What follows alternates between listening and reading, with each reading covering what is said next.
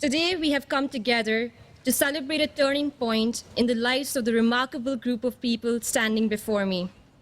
We have learned, laughed, loved, cried, but most of all, matured together. The moment to venture on our own into the real world and truly pursue our passions has finally come. With a greater confidence, knowledge, and awareness of the world, we are about to cross the final line of our Menlo journey. But before we take that final step, let me share with you a little story about my journey to Menlo College. I was born and raised in New Delhi, India. During the senior year of high school, I had made up my mind to pursue a bachelor's degree in economics from Delhi University. I was awaiting my final exam results when I realized that staying in Delhi would mean being surrounded by the same familiar faces from high school and streets. I wanted my college experience to be different. In my head, I had a dream of finding a place where new things happen every day, where people are hungry for knowledge and are passionately committed to respecting each other's differences. Then my best friend suggested Menlo College to me, as her sister had studied there a few years ago.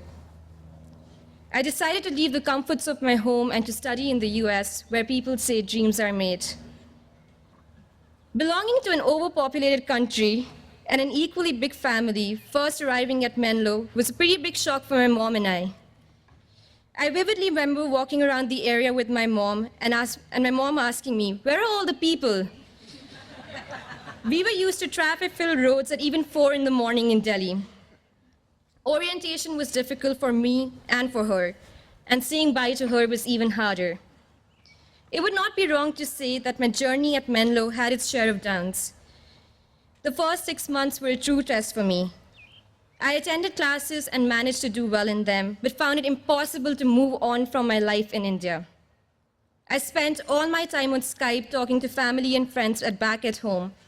And then I realized that if I wanted to make the most of my college experience, I needed to immerse myself in the culture. I began to push myself to get more involved in campus life, and today I could not have been more proud of my decision to come to Menlo College, and I hope my parents are equally proud. In writing my speech, I began to think about what makes Menlo so special. Many of my friends here, along with me, would agree that the small class size sets Menlo apart from many other schools. We rarely had more than 25 students in a classroom, and it was that small class setting which allowed an international student like me to meet people from different parts of the world almost instantaneously. The intimate class size also helped us to come together as a group and nurture our dreams. And as we worked towards realizing our dreams, we always felt the support of our professors, who we could approach with the smallest problems. Each professor that has taught me in Menlo has had a huge impact on me and helped me grow into the person I am today. Whether it was talking to Dr. Day about jobs or running into Dr. Medlin at Tavern Nights, our professors have always been there. They truly helped to make Menlo feel like a home away from home.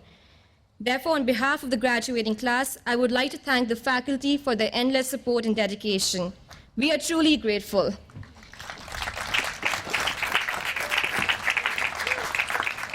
Finally, what makes Menlo College so special is that it is truly a melting point.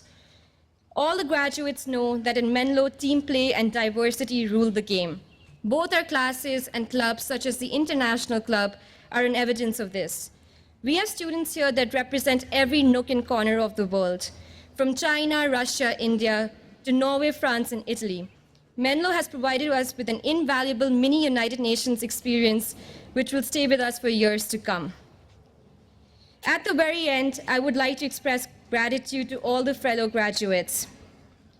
As we venture on to create our own destinies, I would like to assure you that what we all have gained from Menlo will definitely help us to realize our dreams.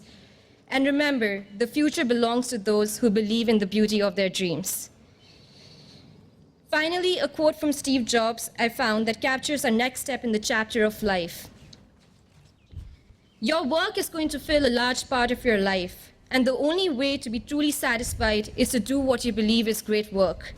And the only way to do great work is to love what you do. If you haven't found it yet, keep looking.